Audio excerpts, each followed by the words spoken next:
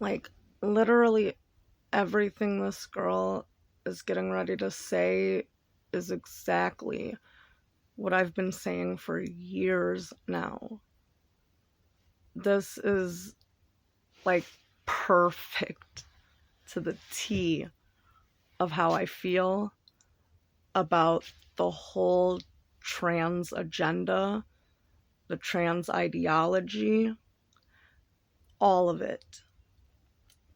All it is a bunch of men, biological men, telling women what to do, how to act, how to speak, and if we dare step out of line, we are often assaulted, physically and emotionally, verbally.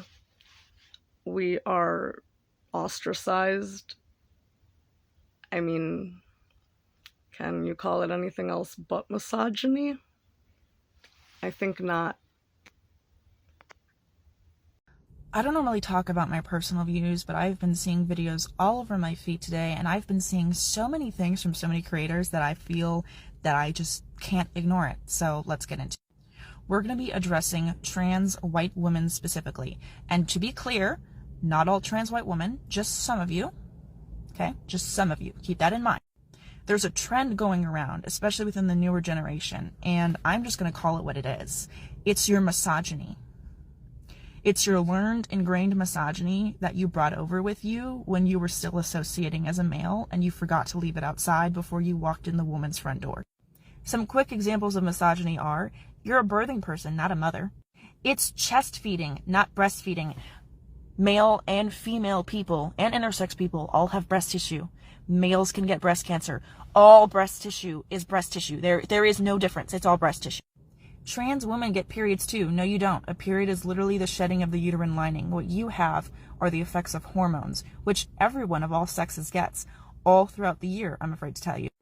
To have a period literally requires ovulation and menses, which you cannot do without a uterus. And many biological women don't get it anyway, which is fine, but the literal term of period requires those things. And then biological women tell you you're wrong because you would have no clue what a biological woman goes through at all. And then you try to correct them, which is literally mansplaining.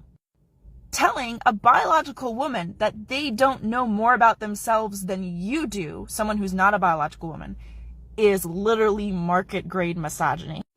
Coming into the woman's space that you were invited into with open arms, by the way, and then creating new rules and new labels without consulting any biological woman in that process, and then demanding we use it even though we told you we don't want to respectfully, is literally just market grade misogyny.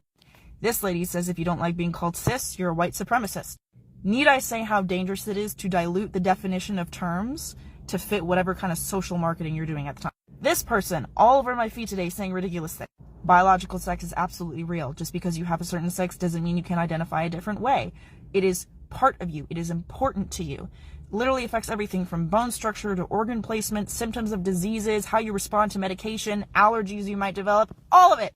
You cannot come into the woman's space and then disrespect biological women who created that space. The trans community has done so much for biological women. We're trying to help them and save them. Did we ask you to do that?